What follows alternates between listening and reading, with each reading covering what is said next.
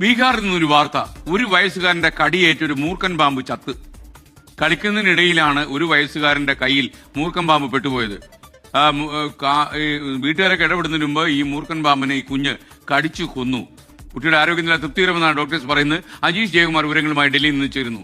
അജീഷ്, സാധാരണ കേട്ടുകഴിവില്ലാത്ത ഒരു കാര്യമാണ് മൂർഖൻ പാമ്പിനെ ഒരു വയസ്സുള്ള കുഞ്ഞ് കടിച്ചു കൊന്നെന്ന് പറഞ്ഞ് പറയും. SKN അങ്ങനെ തന്നെയാണ്. ഈ ബീഹാറിൽ നിന്ന് ഇങ്ങനെ ഒരു വാർത്ത ഈ സംഭവിക്കുന്നത് ഇത് വെള്ളിയാഴ്ച ഉച്ചയ്ക്കാണ്. ഈ കുഞ്ഞ് ബീഹാറിലെ വെസ്റ്റ് ചമ്പാരൻ എന്ന് പറയുന്ന സ്ഥലത്താണ് ഈ ഗോവിന്ദകുമാർ എന്ന് പറയുന്ന ഒരു വയസ്സുകാരൻ താമസിക്കുന്നത്.